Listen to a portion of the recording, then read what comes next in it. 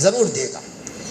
اور تیسری اور آخری بات وہ یہ ہے کہ ہمارے بعض مدارس کے فضلاء عالم بن کر یا حافظ بن کر انہوں نے بجائے مدرسوں کی اور مسجدوں کی خدمت کے کوئی دوسری لائنیں اختیار کر لیں، معاش کے واسطے، روزی روٹی کے واسطے، یا بیرون ملک میں ہے یا یہیں پر ہیں مگر تجارت کرتے ہیں یا دوسرا کوئی کاروبار ہے، جو بھی ہے، بہرحال معاشی اعتبار سے ان کا فائنانشل اسٹیٹس اچھا ہے، معاشی اعتبار سے انہوں نے اپنے کو مضبوط کیا ہوا ہے۔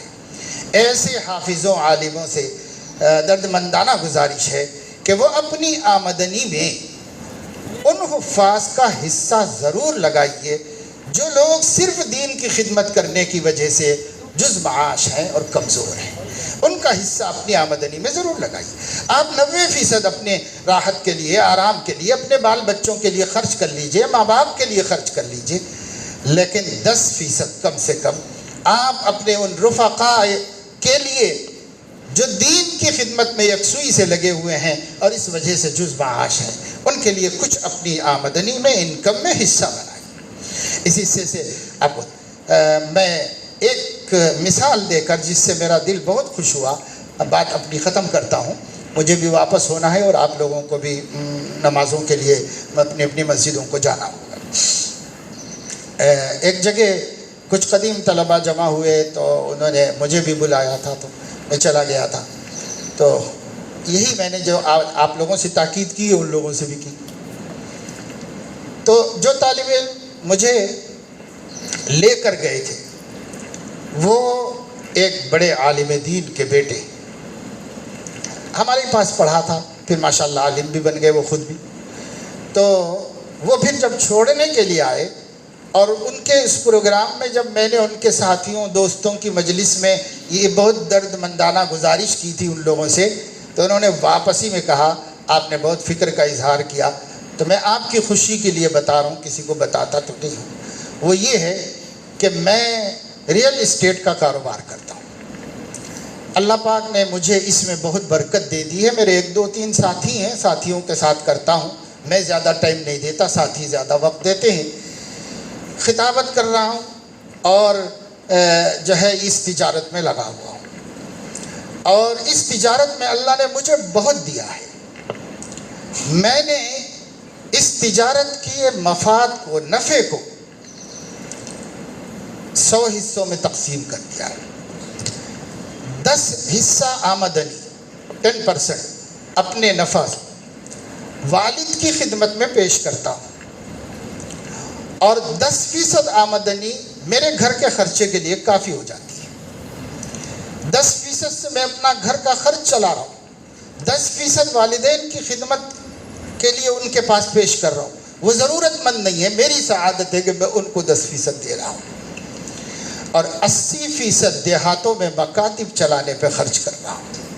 80%، 60 سے زائد 61 یا 62 مکتب گاؤں میں چلتے ہیں جس کا پوری تنخواہیں میں دیتا ہوں، اور دورہ بھی میں کرتا ہوں، اور جو وہاں پڑھا رہا ہے مکتب گاؤں میں، اس کو میں نے مکتب کی تنخواہ بھی مقرر کی ہے۔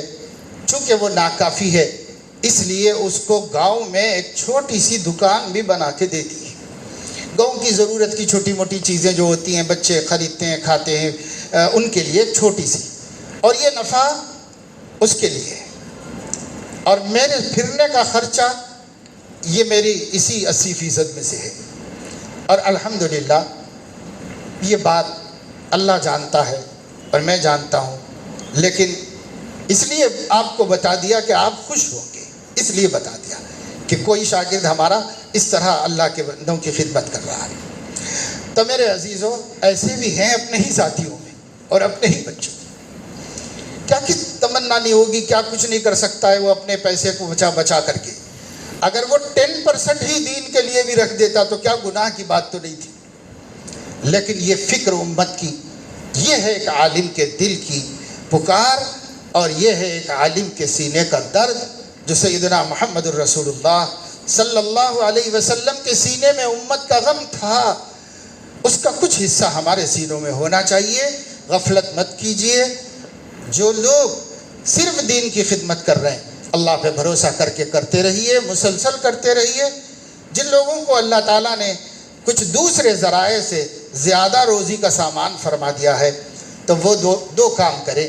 ایک یہ کہ ان کا بھائی مکتب چلنا چاہیے جس میں وہ خود خادم قرآن کی حیثیت سے بیٹھ کر بچوں کو پڑھائیں، اور دوسرے یہ کہ اپنی آمدنی کا اپنی مرضی سے کوئی حصہ مقرر کر کے حفاظ، علماء، ائمہ جو چھوٹی چھوٹی تنخواہوں پر اللہ کے دین کی حفاظت کر رہے ہیں ان کو آپ ہدیے کے طور پر خفیہ طریقوں سے عزت کے ساتھ پہنچا دیا کیجئے۔ اللہ جانے اور آپ جانے بس یہ چند گزارشات میں نے، یہ تیسری بات میں نے اس لیے بھی کی کہ یہ جگتیال ہے اور جگتیال میں مسلمان اور خصوصاً دیندار طبقہ بھی تجارتوں وغیرہ سے جڑا ہوا ہے، اس لیے میں نے یہاں پر آپ کے سامنے یہ باتیں عرض کر دی ہیں۔ اللہ تعالیٰ اپنے فضل و کرم سے ہم سب کو اپنے رضا والی زندگی نصیب فرمائے، اپنے حبیب کی سنتوں والی زندگی نصیب فرمائے، آپس میں مودت و محبت نصیب فرمائے، ہمارے قلوب کو بغض سے، عناد سے، کینے سے اور ایک دوسرے سے کھنچے ہوئے رہنے سے محفوظ فرمائے، ہمارے دلوں میں مودت، محبت اور اپنی سوسائٹی میں جڑے رہنے اور ہر ایک کو محبت و پیار بانٹتے رہنے کی اللہ تعالی ہم سب کو توفیق نصیب فرمائے۔ بڑے چھوٹوں پر رحم کرنے لگیں اور چھوٹے بڑوں کا احترام کرنے لگیں، اور ساتھ ہی صداقت اور محبت کے ماحول میں رہا کریں، حسد سے اور عناد سے اور ایک دوسرے کو گرانے کی کوششوں سے بچتے رہیں۔ اللہ کرے کہ ہم سب اللہ کے پسندیدہ بندے بن جائیں، اور اللہ پاک ہمارے نہایت محترم اور معزز حافظ عبد الماجد رحمہ اللہ رحمتاً واسعہ کی مغفرت فرمائے، ان کے درجے بلند فرمائے، ان کی سیئات کو حسنات سے مبدل فرمائے، ان کے حسنات کو ان کے رفع درجات کا سبب بنائے۔